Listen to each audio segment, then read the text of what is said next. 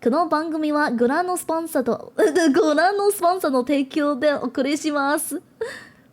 Help! Hello and good day! This is Crusisythe and welcome to my channel. Our topic today is the Shokugan modeling project Mike Gaine from the show Brave Express Mike Gaine. With that said, let's watch the introduction of the series. かつて東京湾と呼ばれた海上に建設されたヌーベルトキオシティは自由と平和に満ち溢れた未来都市であった。だがその陰で巨大な悪がうごめき始め、人々の幸せはもろくも崩れ去ろうとしていた。そんな時、颯爽と正義のヒーローが現れた。その名は旋風寺マイト。彼は勇者特急マイトガインと呼ばれるロボットたちと共に悪人たちの野望を次々と打ち砕いていく。ヌーベルトキオシティに勇者旋風が巻き起こるのだった。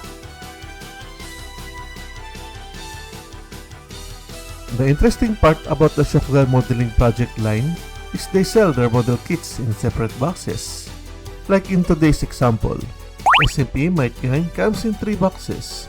The first contains the first half of the train and the head. The second contains the other half of the train. And third, it contains the small train and other parts. Not sure why they did it this way, but the thing I can think of the benefit of this idea are 1. When you're short in budget, you can buy the model kit in installments. So for example, I can buy 1 box today, then I can buy the next box either next week or next month depending on the budget. 2. You accidentally lost or crack or damage a part. In that case, instead of buying the same model kit, you can just buy the box you wanted for replacement. 3. Just in case you wanted to have an extra part or duplicate part. The same thing, you can just buy the box that contains the parts that you wanted. So far, those are the positives I can think of. But sadly, this only applies to the regular released kits. The online exclusives are sadly sold in 1 set. Here we have Locomorizer, which is 2/3 of the SMP Mike Gaine set. If we follow the illustration reference, Locomorizer looks like this. But in anime, they always draw Loco as a long boy. Don't know why, but it is what it is. It can also contain the 2 smaller trains. But mine can store them. But whatever. Might as well talk about articulation. Well, these guns can rotate 360, but if we follow the anime, the guns are stationary like this. Also, the train tires are just a big plastic piece. So sadly no, this train can't do the choo-choo.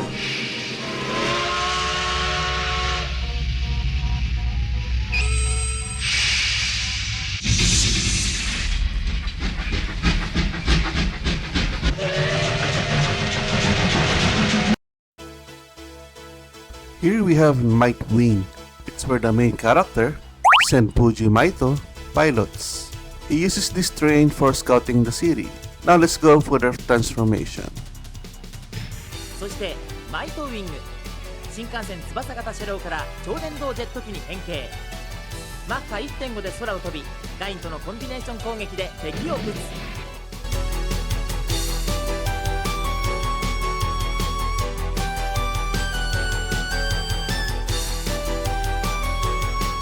As you can see, the windshield changes from light blue when in train mode, then in flight mode, the front windshield turns to orange and the side windshield goes black.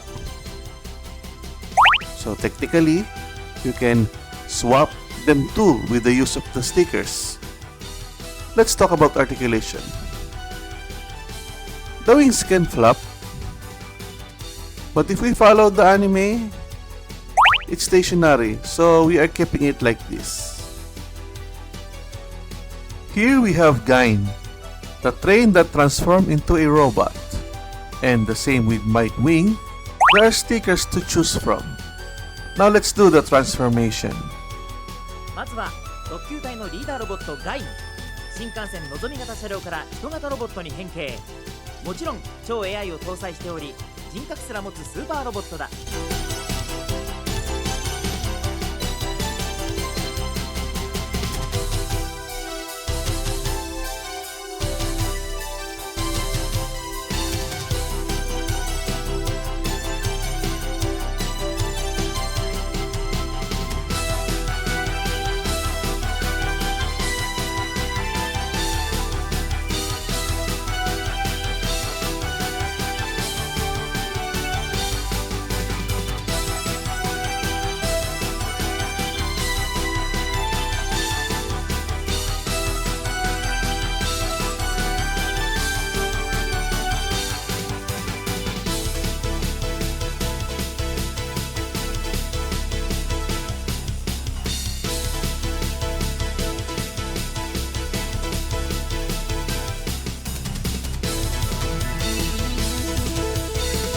Well, the robot mode is so small, it's hard to see the details. So they made an online exclusive in a fully articulated model kit. It also comes with black Gaine. Let's go with the articulation.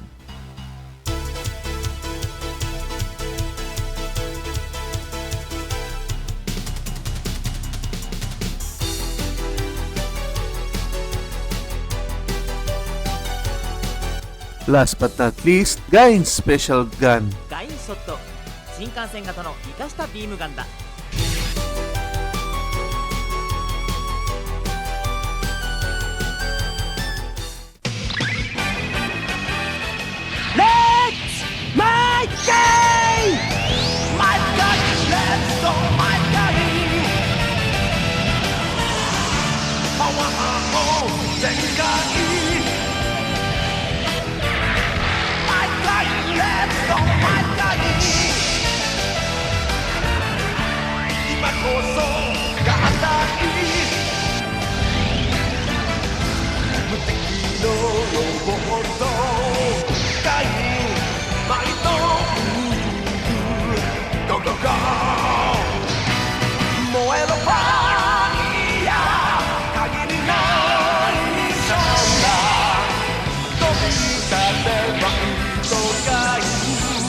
マイトガイン起動。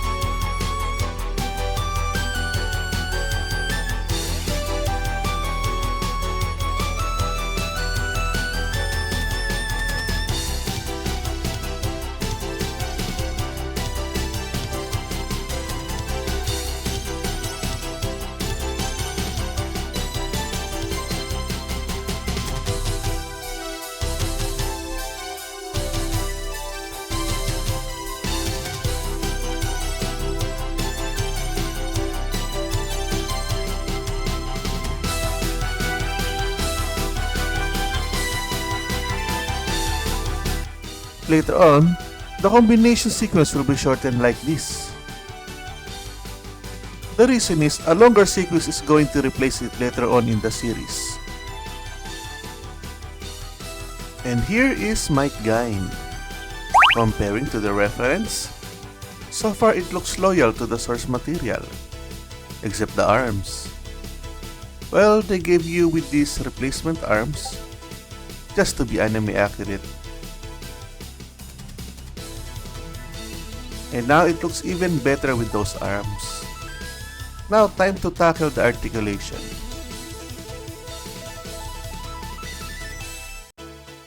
For now, I am using the default arms.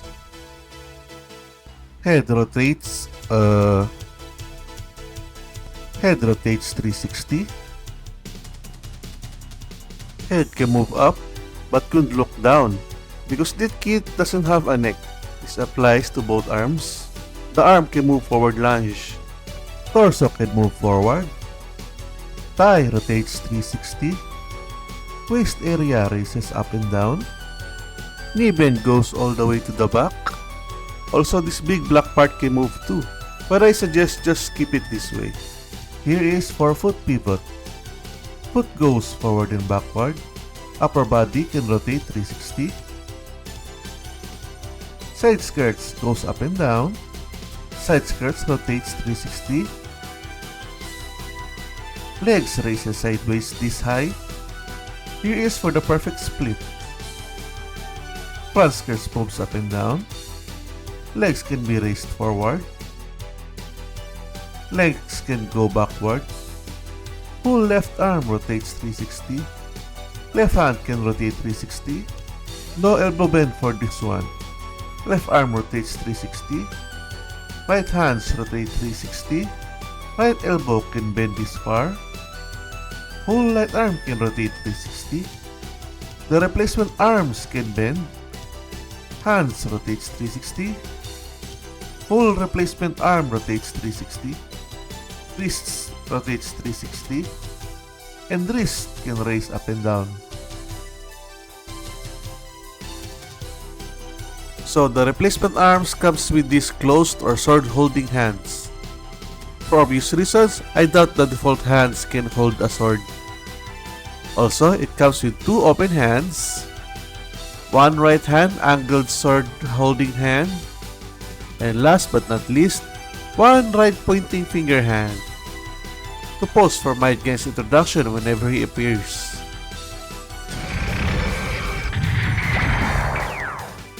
銀の翼に望みを乗せて、重せ平和の青信号、勇者特急マイトガイン、英国通りにただいま到着。 When Might Gaine pulls out his sword, it's color white. It only turns gold when he is about to do his finishing move. Does the set comes with the white blade sword? Well, you need the online exclusive SMP 𝐂𝐫𝐞𝐝 carrier set. In a certain episode, Might Gaine got severely damaged, which exposes Maito in Might Gaine's face. Does the set come with this exposed pilot feature? Well, you need the online exclusive SMP 𝐂𝐫𝐞𝐝 carrier set. Also on that certain episode, Might Gaine pulled off a double-bladed sword. Does the set comes with a special sword? Well, you need the online exclusive SMP 𝐂𝐫𝐞𝐝 carrier set. Now, time to talk about the size comparison of SMP Might Gaine to other figures. Figure Arts Mini Nobara Kugisaki, Nendoroid Nobara Kugisaki, Swachao Nobara Kugisaki, Dream Tomika Nobara Kugisaki, and Noodle Stopper Nobara Kugisaki, SH Figure Arts Nobara Kugisaki, Pigma Nobara Kugisaki, Papa Parade Nobara Kugisaki. Wait a minute. HG Moon Gundam and Master Grade Unicorn Gundam. Well, this is my first time building a SMP kit, so I was surprised on how completely different on how to build the kit. I was expecting like building a Gunpla kit since it's a Bandai plastic model kit. There are some moments like makes me question the building process, but then I remember that even Figure-Rise Standard also has its own way of building plastic model, so I completely accepted on how different it is. In terms of posing the kit, the fit is a little concerning for now, but it's going to be a big concern later on, which I will explain in future episode. By the way, the action-based connector is located in the back. With all that said, I'm giving this model kit a score of 3 out of 5 stars. It's still a fun experience building this kit, also because it's a train. Thank you for watching, and with that said, till next time.